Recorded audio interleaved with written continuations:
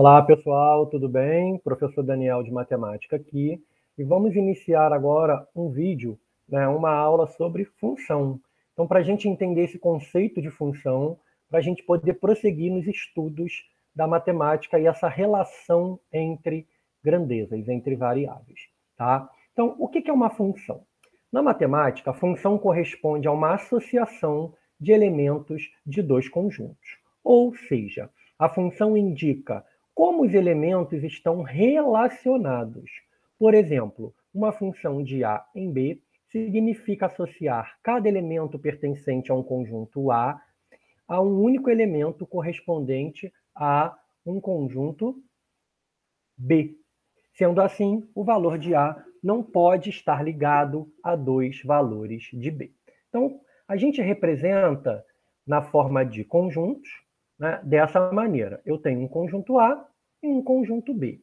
Vamos supor que no conjunto A eu tenho os elementos 1, 2 e 3, e o conjunto B eu tenho os elementos 4, 5 e 6. São dois conjuntos, pensando de forma independente, com três elementos. Quando eu faço uma relação entre esses conjuntos, por exemplo, eu digo que o 1 no conjunto A tem uma relação com 4 no conjunto B. Assim como 2 no conjunto A tem relação com 5 no conjunto B, e o 3 do conjunto A tem relação com 6 do conjunto B. Reparem que há uma relação entre os elementos do conjunto A e o do conjunto B. Nesse caso, dá até para perceber que eu estou pegando os elementos do conjunto A, somando 3 e chegando aos elementos do conjunto B. 1 mais 3, 4, 2 mais 3, 5, 3 mais 3, 6. A gente fala que esse conjunto A, nós vamos ver lá na frente, eu só vou adiantando, a gente chama ele de domínio da função. A gente fala também que é a variável independente. E a gente chama esse conjunto de conjunto de partida. Então, são três maneiras de partida de se referir a esse conjunto. Já onde chegam as setinhas, o conjunto B, a gente chama de contradomínio. Nesse conjunto B, a gente fala que é a variável dependente, porque ela depende do conjunto A para saber como é que ela vai ficar, e além disso, eu também posso chamar de conjunto de chegada. Como a gente relaciona, se eu fosse, por exemplo, chamar aqui de um elemento X qualquer, que é geralmente o que é feito, e no conjunto B, os elementos Y, o que eu posso falar? Que eu peguei o X, somei 3 e cheguei ao Y. Nós temos uma relação entre variáveis. Se eu fosse pensar em infinitos valores do conjunto A e infinitos valores do conjunto B. Com isso, nós temos uma relação que a gente fala que é de unicidade, ou seja, eu tenho uma função. Então, daí que surgem as fórmulas. Nem toda função tem fórmula, tá? Mas é uma ideia que a gente vai usar muito por causa do Enem e dos concursos, tá? Continuando. Então, aqui nós temos alguns exemplos. Lembrando que a definição de função, eu tenho que cada elemento do conjunto de partida, do domínio do conjunto A, vai ter uma única correspondente no conjunto B. Ou seja, na prática, só pode sair uma setinha de cada elemento do conjunto A e tem que chegar uma... não tem que chegar obrigatoriamente, a gente vai ver. Então, vamos lá. A regra, ó. A função A é uma função? Sim, né? Já falei que é uma função. Porque cada elemento do conjunto A sai uma única setinha para o conjunto B. Então, há uma relação de dependência ali e unicidade. Já a letra B, a gente fala que também é uma função. Mas, Daniel, como assim? Eu estou falando que esse elemento e esse elemento chegam no mesmo elemento do B. Pode acontecer? Pode. Nós vamos ver isso na função do segundo grau, por exemplo. Tem várias outras funções. Tá? Lembra que eu posso ter, né, dois valores do eixo x correspondendo a um único valor lá do eixo y. Então, é uma função? É, porque segue a regra, cada elemento do conjunto A sai apenas uma setinha. Mas, Daniel, sobre o elemento no conjunto B, não importa. O que não pode acontecer é sobrar elemento no conjunto A, tá? Já a letra, o terceiro exemplo, não é função. Por quê? Por dois motivos. Primeiro, não está saindo setinha daqui. Ou seja, esse elemento do domínio, ele não tem imagem. Se ele não tem imagem, não é função. Além disso, esse aqui está saindo duas setinhas. Não podem sair duas, não podem sair três, quatro, ou seja, só pode sair uma, somente uma. Por isso que não é função. Então, uma notação para função, a mais utilizada, é essa aqui. Eu tenho a f, dois pontos, o conjunto de partida, que a gente usa o A, uma setinha, o conjunto B. Lê-se f de A em B. Eu estou fazendo os elementos do conjunto A, alguma coisa para virar os elementos do conjunto B. Tá bom? Continuando. Então, aqui nós temos três exemplos de relações. E será que todas essas relações são funções? Como é que a gente pode garantir? Vamos lá. A letra A, função de A em B. Reparem que todos os elementos do conjunto de partida, do domínio da função, né, do domínio, que eu não sei se é função ainda, todos eles saem apenas uma setinha. Então, é função? Sim, é uma função. Daniel, chegou 2 aqui. Não tem problema de chegar 2, 3, 4, 5. O que não pode é sair em 2, 3, 4, 5. Daniel, aqui não chegou nada. Também não tem problema, a gente vai ver depois. B é função? Não. Por quê? Porque esse elemento ele não tem setinha saindo. Então, tem que ter uma e apenas uma setinha saindo. Não é função. E a letra C também não é função. Por quê? Porque o elemento 4 tem duas setinhas saindo. Então, a única que é função nessa relação de conjuntos é a letra A. Vamos lá. E aí vamos agora falar das coisinhas que eu falei inicialmente, o que é domínio, contradomínio, e vamos também ver o que é a imagem. A gente vai separar esse contradomínio e ter uma relação. Vamos lá. Em uma função f de A em B, o conjunto A ele vai ser chamado de domínio. Ele domina, ele parte, o conjunto de partida, a variável independente, ela é independente, ela manda na função. É o domínio, é da onde a função surge. Já o conjunto B, ele é chamado de contradomínio, né? O prefixo contra já diz ali, né? Ele recebe, ele depende do A, tá bom? Um elemento de B relacionado com um elemento de A recebe o nome de imagem da função. Então, só para a gente voltar aqui, vamos tentar entender. Quando eu tenho essa função da letra A aqui, ó, reparem que aqui é o domínio, aqui é o contradomínio. Mas reparem que esses elementos aqui que eu circulei de vermelho, todos eles chegaram setinhas. Se chegaram setinhas, fizeram alguma conta ou teve alguma lógica para chegar a essa setinha. Então a gente fala que ela reflete o domínio. A gente chama isso de imagem da função. Então, o conjunto menos 3, menos 1 e 4 reflete os elementos do conjunto A. Reflete o domínio, é o conjunto imagem. E ele está dentro do contradomínio. Então, a imagem da função é um subconjunto do contradomínio, tá? Eu não vou me prolongar muito nisso, pessoal, porque nos vestibulares, nos concursos normais, não é tão cobrado. Isso é um conteúdo mais antigo. A gente tem que trabalhar os problemas mais práticos, tá? Então, olha o exemplo aqui. Observe esses conjuntos A, 1, 2, 3, 4, e B, 1, 2, 3, 4, 5, 6, 7 e 8. Com a função que determina a relação entre f de A em B. Ele fala que x vira 2x. Traduzindo, eu peguei os elementos daqui, multipliquei por 2 e cheguei aos elementos daqui. A gente diz que o x vezes 2 vai dar o y.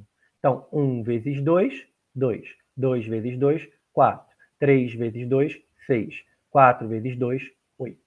Então, reparem que o que aconteceu?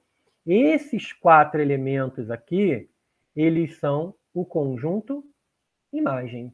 Já o conjunto todo, ele é o contradomínio, tá bom? E aqui é o nosso domínio. Então, como eu já falei, né? O domínio é 1, 2, 3, 4, o contradomínio é tudo lá, e a imagem é só onde chega setinha. E em relação a gráfico, a gente tem que lembrar do plano cartesiano.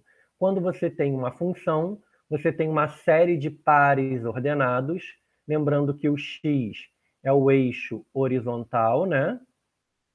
E o y é o eixo vertical, né? A gente chama, né, da reta deitada horizontal. O pessoal chama de eixo x, mas na prática isso não é correto.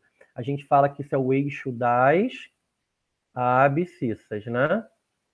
E o pessoal chama aqui de eixo y, mas o correto é chamar de eixo das ordenadas. Então, quando você relaciona um valor de x com um valor de y, f de x é y, a gente descobre os vários pontinhos e a gente pode traçar o gráfico que for pedido, tá bom? Bom, aqui nós temos alguns exemplos de gráficos. Nós vamos ver que algumas funções têm gráficos característicos, né? A gente fala que a função linear, ela é sempre uma função que vai ter como representação uma reta ou um conjunto de pontos alinhados. Não necessariamente vai ser uma reta, tá? Que eu posso ter em R, em conjunto Z, no conjunto Q. Já a função quadrática, para quem não lembra, isso aqui a gente chama de parábola, né? A gente vai estudar isso daqui a algumas semanas. Função do terceiro grau, ela fica assim, né, fazendo uma curvinha com sobe e desce. Função modular, que é a outra que a gente vai estudar. Função exponencial também vamos estudar. Função logarítmica, então são funções que a gente vai estudar separadamente, tá bom? E aqui nós temos um exemplo de um exercício para ver se a gente realmente entendeu o que a gente acabou de estudar. O diagrama de flechas abaixo representa uma função. Opa, ele já diz que é uma função. Então, eu tenho aqui o conjunto 2, 3, 5 e relacionando com o conjunto 0, 2, 4, 6, 8, 10. Na letra A, eu peço o domínio da função. Domínio é o conjunto de partida, da onde saem as setinhas, que é o conjunto A. Quais são os elementos do conjunto A? 2, 3 e 5. Na letra B, eu peço contradomínio. O contradomínio é o conjunto B, independente se chegou setinha ou não. Então, 0, 2, 4, 6, 8 e 10, né? Na letra C, eu quero a imagem. Quando eu quero a imagem, eu só vou pegar os elementos que chegaram setinhas. Porque se ela é imagem, ela é a reflexão de alguma coisa. Quais os elementos que chegaram setinha? No 4, no 6 e no 10. Beleza?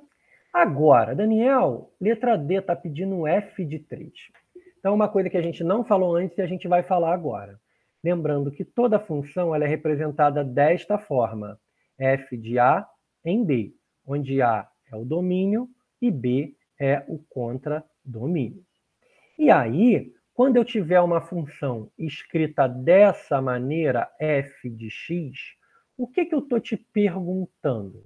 Eu estou te perguntando que conta que eu fiz com x, né? Na verdade, que conta não. Depois de eu ter feito a continha com x, eu descobri o valor do y, eu descobri a imagem. Traduzindo, a setinha saiu do x e não chegou no y. Quem é esse y? Então, falar em f de x é falar na função de x. Que conta eu fiz com x? Na verdade, eu fiz uma conta com x para chegar no y. Então, vamos tentar entender aqui, ó. Eu estou te perguntando quem é f de 3. Traduzindo, eu estou pegando x igual a 3 e eu fiz alguma continha e onde ela chegou? No y igual a 6. Isso quer dizer que o 3 foi feita uma continha com ele, do domínio, e eu cheguei na imagem igual a 6. É como se fosse uma pessoa. O 3 é uma pessoa que olhou no espelho e enxergou o número 6. É essa a ideia. Tá? Letra E. Quem é f de 5? Traduzindo, o 5 que está no domínio, um elemento do domínio, olhou no espelho e qual foi a reflexão dele? O 10. Tá? Então, a imagem é 10. Beleza? E agora, olha a letra F. A letra F é a que mais assusta. Eu estou te perguntando quanto vale x, tal que f de x é igual a 4. O que eu estou te falando, gente? Eu agora estou te dizendo que o y vale 4, que a imagem vale 4. Então, da onde saiu essa setinha? Ou seja, qual é o domínio cuja imagem é 4? Se eu olhei o 4, se eu olhei e vi 4 no espelho, quem olhou e viu 4 no espelho? O 2. Tá? Então, tomem cuidado. Quando eu pergunto f de 3, eu estou te perguntando qual é a imagem do domínio 3. Quando eu pergunto x tal que f de x é 4, qual é a imagem, qual é o domínio cuja imagem é 4. Tá? Aqui nós temos mais um exemplo também, bem escola, bem simples, né? Bem teórico. Seja a função f de r em r, então o domínio é real, a imagem é real. Posso usar qualquer valor. Definida por f de x igual a 7x mais 9. Determine, letra A, o valor de f de menos 1. Agora reparem que eu não tenho conjunto.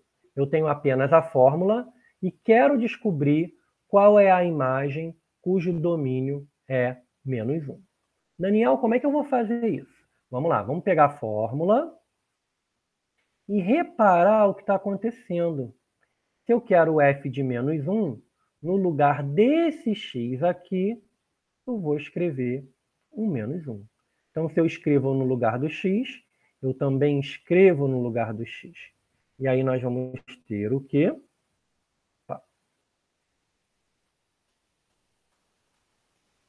F de menos 1, 7 vezes menos 1, menos 7, mais 9. Então, f de menos 1 é 2. Isso quer dizer o quê? Que quando a pessoa menos 1 olhou no espelho, o elemento do domínio é menos 1, a imagem no espelho lá foi o 2. Tá? Então, é isso que eu estou te perguntando. Agora, olha a letra B. Os valores de x para que se tenha f de x igual a menos 1. Agora, olha a pergunta. Eu quero saber o x, eu quero saber o domínio. E a nossa imagem é menos 1. Quando acontecer isso, você tem que lembrar que a imagem é a fórmula. A fórmula não é 7x mais 9? Então, vou tirar o f de x e escrever o 7x mais 9 igual a menos 1. E aí vamos fazer conta, né? O 9 passa para lá negativo. Opa!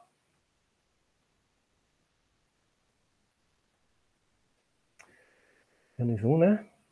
E aí nós temos 7x igual a menos 10, ou seja, x é igual a menos 10 sétimos.